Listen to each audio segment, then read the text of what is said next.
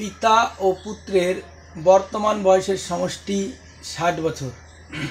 ১০ বছর পরে পিতার বয়স পুত্রের বয়সের ৩ গুণ হবে। তবে বর্তমানে পিতার বয়স কত? অপশন এ ৩০ বছর, অপশন বি ৪০ বছর, অপশন সি ১০ বছর, অপশন ডি ৫০ বছর। আমাদের দেওয়া আছে বর্তমানে পিতা এবং পুত্রের বয়সের সমষ্টি ৬০ বছর। আর কি দেওয়া আছে? আর দেওয়া আছে ১০ বছর পরে পিতার বয়স পুত্রের বয়সের ৩ গুণ হবে।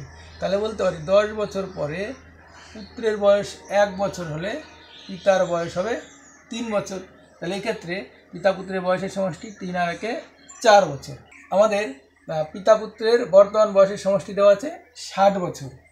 এইবার বর্তমান বয়সের সমষ্টি যদি ৬০ বছর হয়, তাহলে ১০ বছর পরে যদি পিতা পুত্রের বয়সের সমষ্টি বের করি, তাহলে পিতার বয়সও ১০ বছর বাড়বে, পুত্রের বয়সও 10 বছর বাড়বে। তাহলে সমষ্টি বের করলে যেন দুজনের 20 বছর বাড়বে।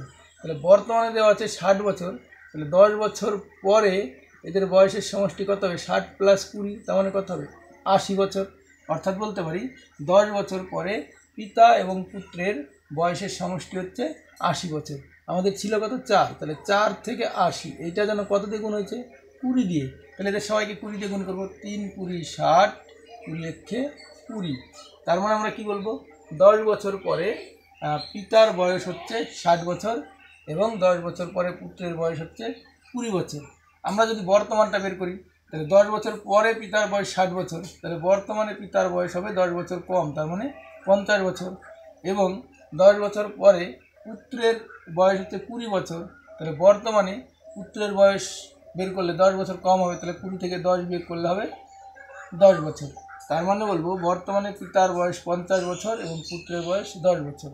আমাদের চেয়েছে বর্তমানে পিতার বয়স কত? তাহলে বর্তমানে পিতার বয়স ৫০ বছর, বা বলবো আমাদের এখানে অপশন ডি হবে সঠিক উত্তর।